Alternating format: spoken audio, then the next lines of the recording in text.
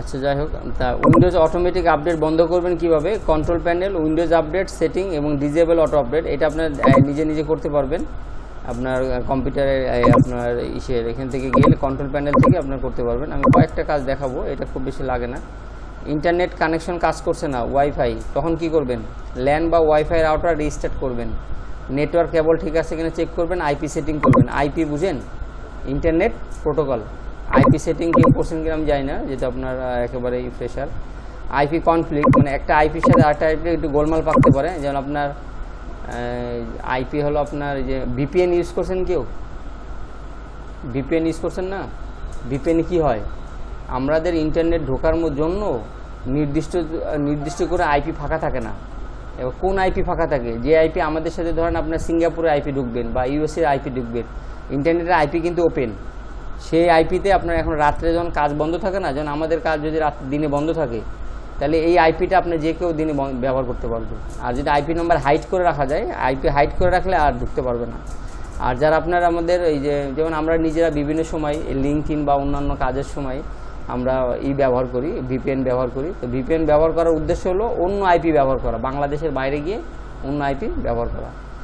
Wifi কানেক্টে কিন্তু net চলে না, যেমন ডিএনএস সার্ভার প্রবলেম হতে পারে। ডিএনএস সার্ভার বলতে এই ডিএনএসটা ধরে নিতে পারেন বাংলাদেশের একটা ডিএনএস টেস্ট করে না, বাংলাদেশের মানুষ বাবা ছেলের বাবা এরকম একটা চেক করে না বায়োলজিক্যাল ঠিক আছে কিনা, ধরে নেন ওইরকম অনেকটা।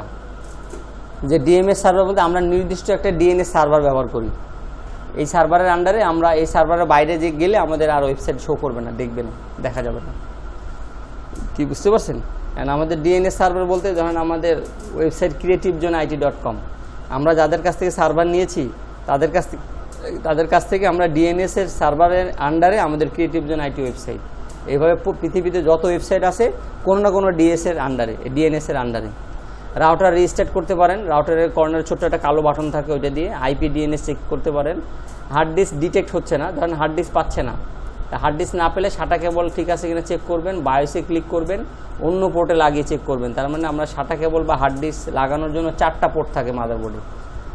পেন ড্রাইভ ডিটেক্ট হচ্ছে না, ইউএসবি পোর্ট পরিবর্তন করে দেখতে পারেন, ডিস্ক ম্যানেজমেন্ট চেক করতে পারেন এবং ড্রাইভ লেটার অ্যাসাইন এই অপশনটা এখন আর আসে না, এটা বাদ।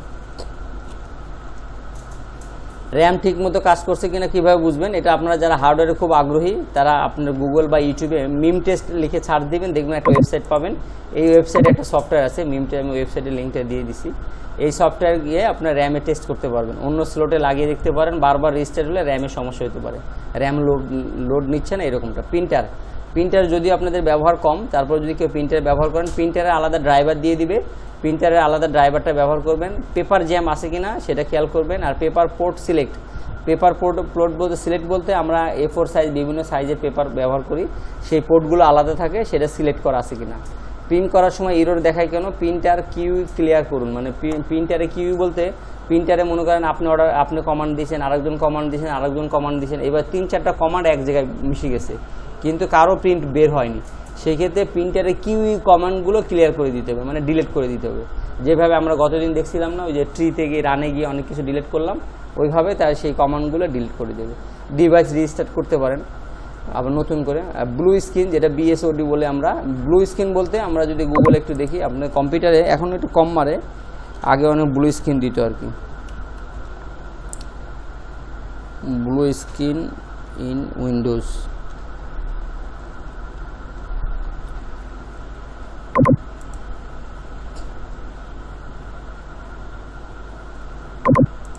এই যে কম্পিউটার চলতে চলতে বা ল্যাপটপ চলতে চলতে আপনার এইরকম একটা সাইন দেখাবে, এটাকে আমরা ব্লু স্ক্রিন বলি। এই যে কম্পিউটার চলতে চলতে ধাপ করে বন্ধ হয়ে গেছে, পরে আর অন হয় না, এরকম স্ক্রিন দেখায়, এটাকে আমরা ব্লু স্ক্রিন প্রবলেম বলি। ব্লু স্ক্রিন প্রবলেমটা যদি আপনার ধরেন র্যাম হার্ড ডিস্ক টেস্ট করতে পারেন, ড্রাইভার এরর আপডেট দিচ্ছে। এখন এটা আমি একটু অন্যভাবে ব্যাখ্যা দিয়ে বুঝাই।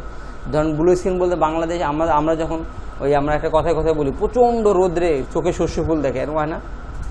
প্রচণ্ড হিটে মানুষ তখন ঘোলা দেখে আর দেখতে পায় না। এখন এই জায়গাটায় ঘোলা দেখার মধ্যে 2টা জিনিস কাজ করে, একটা র্যাম একটা রোম। তো মানে রোমে আপনার ডাটা আছে আর র্যাম হলো কাজ করবে, 2টা আর কাজ করে না, তখন ওই 2টা বন্ধ করে আপনাকে ঠেক দিতে হবে। আর একটা বিষয় হলো যে টেম্পারেচার, আমরা বারবার বলি র্যাম আর রোমের গোলমালের কারণে আপনার হার্ড ডিস্ক প্রসেসরের টেম্পারেচার বেড়ে যেতে পারে, সেই ক্ষেত্রে টেম্পারেচার নিয়ন্ত্রণ করার চেষ্টা করতে হবে। আর টেম্পারেচার নিয়ন্ত্রণ করার জন্য প্রসেসরের উপর একটা পেস্ট ইউজ করি আমরা, ওটার নাম বলে থার্মাল পেস্ট।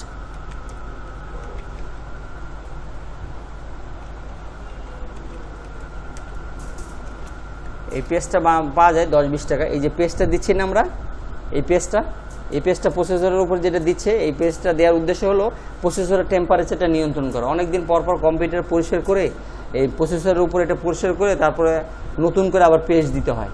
পেস্টের একটা মেয়াদ থাকে। আর এই পেস্টটা তৈরি হয় আয়রনের পাউডার থেকে। আয়রন মানে লোহার যে পাউডার আছে না, লোহার পাউডারের পেস্ট এটাকে আমরা থার্মাল পেস্ট বলি।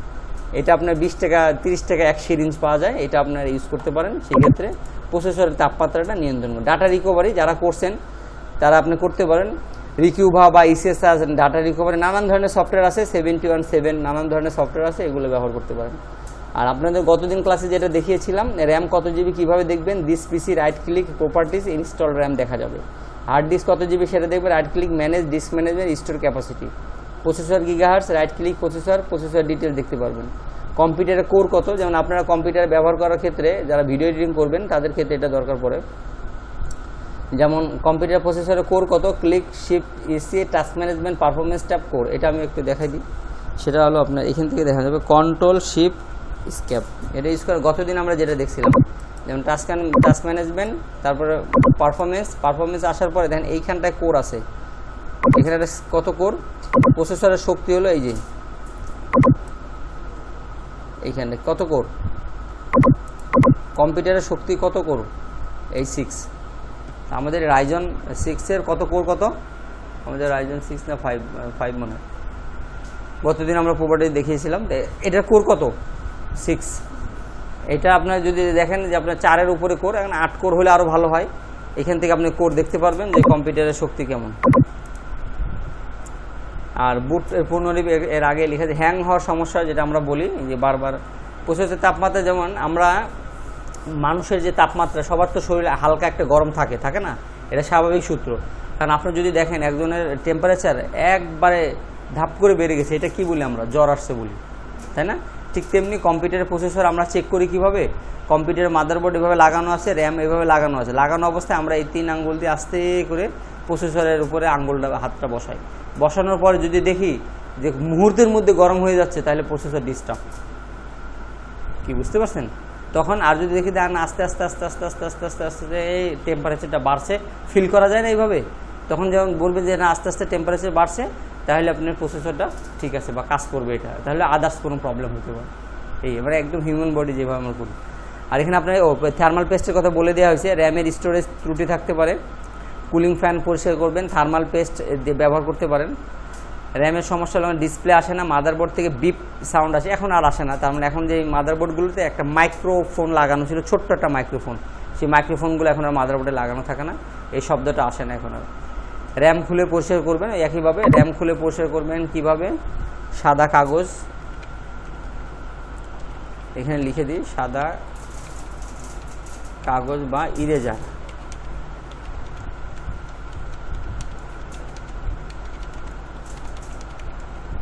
ওকে, হার্ড ডিস্ক সমস্যা কীভাবে বুঝবেন, monitor boot device not found, যেমন আমরা দেখি এটা আবার একটু ছবিতে দেখাই দিই। সব প্রবলেম তো আর এখন তৈরি করা যাচ্ছে না, আমরা গুগল থেকে ছবিটা দেখি তাহলে বুঝবেন।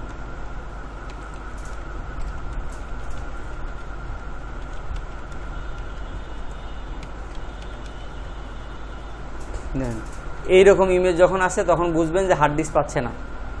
ল্যাপটপ ডেস্কটপ একই দৃশ্য, এরকম দৃশ্য যখন দেখবেন তখন কি বুঝবেন, ওই দেখেন লেখা আছে, কালো করে লেখা আছে প্রথম লাইনটায়, বুট ডিভাইস নট ফাউন্ড লেখা আছে না।